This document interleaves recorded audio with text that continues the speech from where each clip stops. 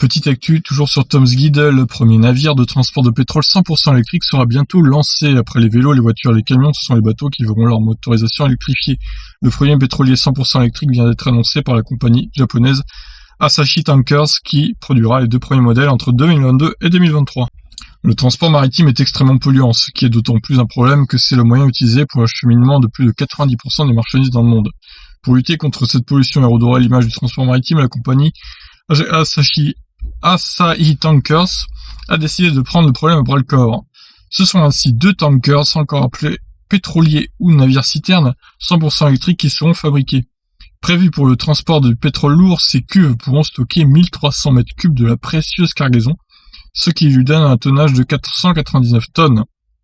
Il fera 60 mètres de long, 62 mètres de long même, 10,30 mètres de large et 4,15 mètres sous la ligne de flottaison. De telles dimensions nécessitent une importante motorisation. Alors, 2 moteurs de 300 kW que l'on appelle des pods. En plus, pour aider aux manœuvres, 2 propulseurs latéraux de 68 kW. Bien sûr, il faudra alimenter tout ça en électricité. Pour cela, ce ne sont rien de moins que 3500 kWh qui seront présents à bord, soit l'équivalent de 402 Twizy modifiés. Voilà, alors ça c'est pour lier encore à leur article précédent. Ce chiffre semble relativement faible et ne correspond qu'à une seule armoire Tesla Megapack, quand il en aura 244 pour la batterie géante d'Hawaï. Bon, oui, d'accord.